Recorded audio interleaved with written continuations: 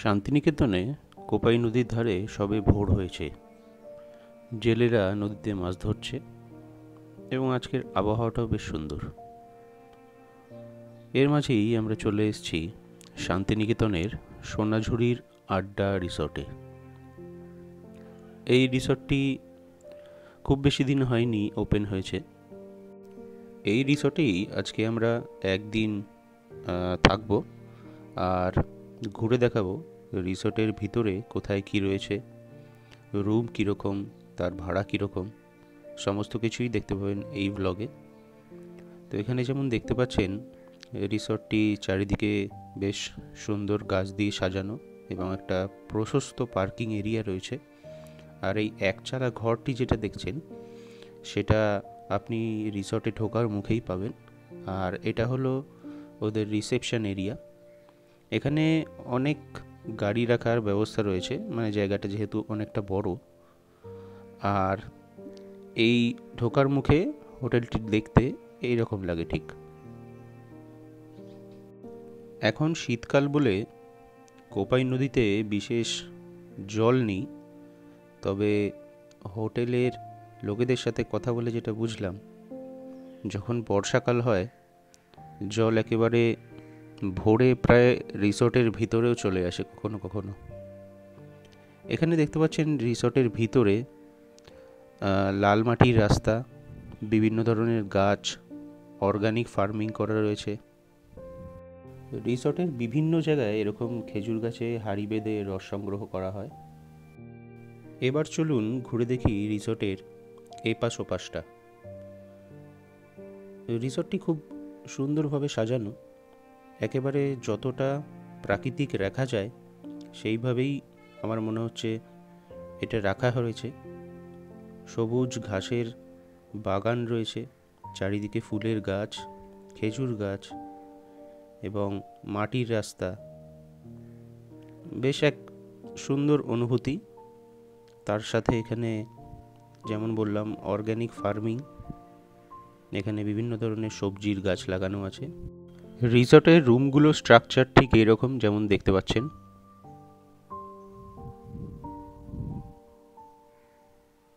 আর এখানে বাচ্চাদের জন্য খেলার জায়গা রয়েছে, চিলড্রেন্স প্লে এরিয়া। এখানে স্লাইড, মেরি গো রাউন্ড, সিস, অনেক ধরনের রাইড রয়েছে বাচ্চাদের এনজয় করার জন্য। তো এবার চলুন দেখা যাক রিসর্টের অন্য দিকটা, যেটা পুল এরিয়াটা। তো এখানে যাওয়ার জন্য আপনাদের এই ছোট ছোট নুড়ি পাথরের রাস্তা রয়েছে।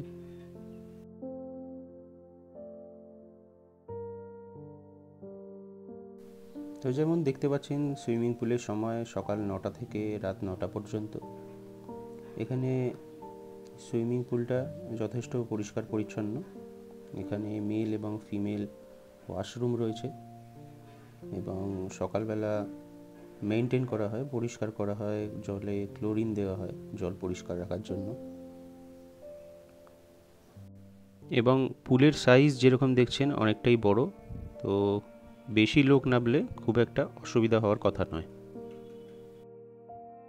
এখন আমরা এরকম পাথরের রাস্তা দিয়ে হেঁটে চলেছি আমাদের রুমের দিকে।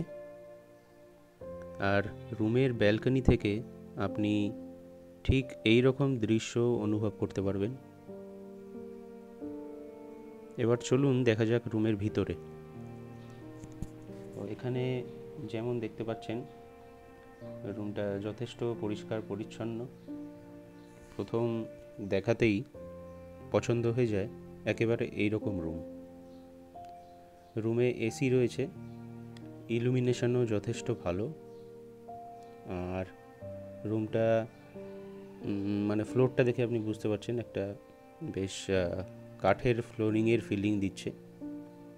তো যদিও এটা টাইলসের। আর এইখানে রয়েছে আপনার কমপ্লিমেন্টারি জলের বোতল, টি কফি, ইলেকট্রিক কেটেল। আর এখানে রয়েছে আপনার কিছু ছোটোখাটো জিনিস রাখার ড্রয়ার টয়ার জাতীয়। এখানে দুটো স্লিপার দেওয়া রয়েছে যেটা আপনার ঘরে ইউজ করতে পারবেন। ড্রয়ারে কিছু নেই, এখানেও নেই। তো এগুলো ওয়ার্কিং ডেস্ক হিসেবে আপনি ইউজ করতে পারেন। আর এখানে বেডটা দেখছেন, ম্যাট্রেসটা যথেষ্ট কমফোর্টেবল, মোটামুটি 10 ইঞ্চির ম্যাট্রেস এখানে রয়েছে। এখানে কালার টেলিভিশন আছে। আর বিশেষত এইভাবে পর্দা সরালে আপনি বাইরের ভিউটা বিছানা থেকে বসেও এনজয় করতে পারবেন। এখানেও একটি বড় কাঁচের জানলা রয়েছে, যেখান থেকে বাইরের প্রকৃতি খুব ভালোভাবে এনজয় করা যায়। আর এখানে ছোট একটা সোফা সেট রয়েছে, আর রয়েছে এখানে ইন্টারকম। এখানেও একটি, না এখানে মিনি ফ্রিজ নেই, ভেবেছিলাম হয়তো মিনি ফ্রিজ থাকবে। এখানে একটা হিটার রয়েছে। আর এবার দেখে নিই বাথরুম এরিয়াতে কী রয়েছে। এখানে বেসিন দেওয়া রয়েছে, আর মিরর আছে, যে মিররে আপনি কালার চেঞ্জিং মিরর। এই হলো মিররের বিভিন্ন ধরনের কালারগুলো, ব্লু, গ্রে। আর এখানে একটা ড্রেসিং টেবিল রয়েছে, আর এখানে একটা ফুল সাইজ ওয়ার্ড্রোব আছে। তো এই লেআউটটাও বেশ সুন্দর, আপনার একেবারে রুমের থেকে সেপারেট রয়েছে। আর এবার চলুন দেখে নিই বাথরুম এরিয়াতে কী রয়েছে। এখানে টয়লেটারিজের মধ্যে থাকছে আপনার সোপ, কোম্ব। আর এই হলো বাথরুম এরিয়া। এখানে আপনি স্নানের জায়গাটা একেবারে সেপারেট করা, আর তার সঙ্গে আপনি এখানে নর্মালি যেগুলো থাকে সেগুলো পেয়ে যাচ্ছেন, hot water, cold water. Geyser এখানে ইনস্টল করা রয়েছে, গিজারের সুইচ বাইরে, আর দুটো টাওয়েল দেওয়া রয়েছে। টয়লেটাইজের মধ্যে সাবান, শ্যাম্পু যেরকম থাকে, ময়শ্চারাইজার, অনেক কিছুই রয়েছে বেশ। তো এই হলো বাথরুম এরিয়াটা। এবার বলি এই রুমের ভাড়া কত পড়েছিল। আমরা যেহেতু 3 জন ছিলাম, মানে 2 জন অ্যাডাল্ট 1 জন বাচ্চা, তাদের কমপ্লিমেন্টারি ব্রেকফাস্ট নিয়ে এই রুমের ভাড়া আমাদের লেগেছিল 4800 টাকা। আমাদের রুমের ঠিক ওপরেই যে রুমগুলো আছে সেগুলো 4 বেডের ডুপ্লেক্স রুম। সেগুলোর ভাড়া আপনি সোজাসুজি হোটেলে ফোন করে জেনে নিতে পারেন।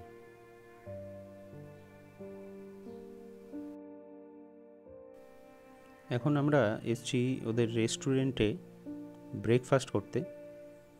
রেস্টুরেন্টের স্ট্রাকচারটা বেশ ইউনিক, আর এখানে পুরো এরিয়াটাই কাঁচ দিয়ে ঘেরা। এখানে বসার জন্য অনেকগুলো টেবিলের অ্যারেঞ্জমেন্ট রয়েছে। আর কমপ্লিমেন্টারি ব্রেকফাস্টে আমরা যেটা পেয়েছিলাম সেগুলোর মধ্যে বিভিন্ন ধরনের ফল ছিল, জুস ছিল, পুরি, সবজি, তারপরে ডিম, ব্রেড, যেগুলো নর্মালি থাকে সেইগুলোই ছিল। তো ওভারঅল অ্যাম্বিয়েন্সটা খুব সুন্দর ছিল রেস্টুরেন্ট এরিয়ার। আপনাদেরও আশা করি কোপাই নদীর ধারে প্রকৃতি উপভোগ করতে করতে এখানে ব্রেকফাস্ট করতে ভালোই লাগবে। এখন চলুন আপনাদের দেখাই রিসর্টটি রাতেই কিভাবে সেজে ওঠে।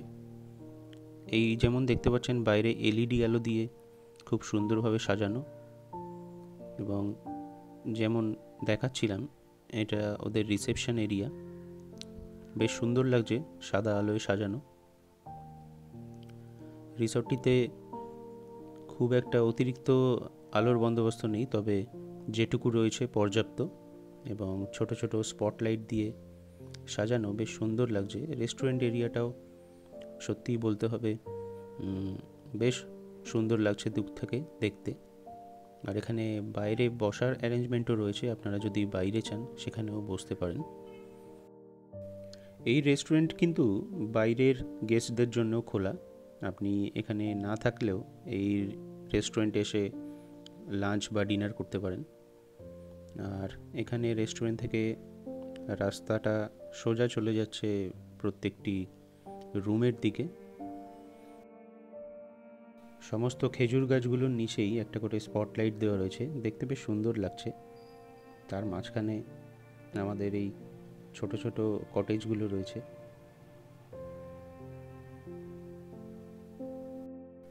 তো আজকের ভিডিওটা এখানেই শেষ করব। যদি ভিডিওটা ভালো লেগে থাকে অবশ্যই জানাবেন, আমি আরও এরকম হোটেলের অনেক রকমের ভিডিও পরবর্তীকালেও আনতে থাকবো।